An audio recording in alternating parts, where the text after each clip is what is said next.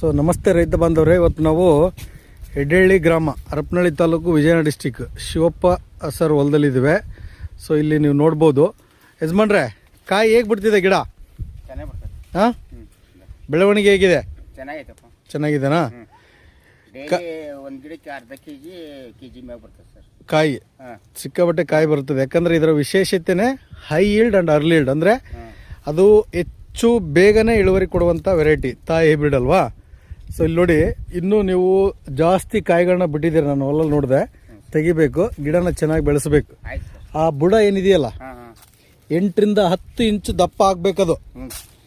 ಆ ಬುಡ ಏನಿದೆ 8 ರಿಂದ 10 ಇಂಚು ದಪ್ಪ ಆದಾಗ ಸೊ ಅಲ್ಲಿ ಗಿಡ ಸಂಪೂರ್ಣ ಬಲಿಷ್ಠವಾಗಿರುತ್ತೆ. ಆನಂತರ ನಾವು ಫಸಲಿಗೆ ಬಿಡ್ಬೇಕು. ಓಕೆನಾ? ಆ ಥರ ಮಾಡಿ ಗಿಡ ತುಂಬ ಗ್ರೋತ್ ಇದೆ, ಚೆನ್ನಾಗಿದೆ, ಹೆಲ್ದಿ ಇದೆ, ಚೆನ್ನಾಗಿ ಬೆಳೆಸಿ. ನಿಮ್ಮ ಹೆಸರು? ಗೋಣಿ ಬಸಪ್ಪ. ಮರ್ತೋಗಿರಿ. ಹಾಂ, ರೈಟ್. ಇಲ್ಲ, ಅದು ನಿಮ್ಮ ಹೆಸರು ಮರ್ತೋಗಿತ್ತು ನನಗೆ. ಹಂಗಾಗಿ ರೈಟ್.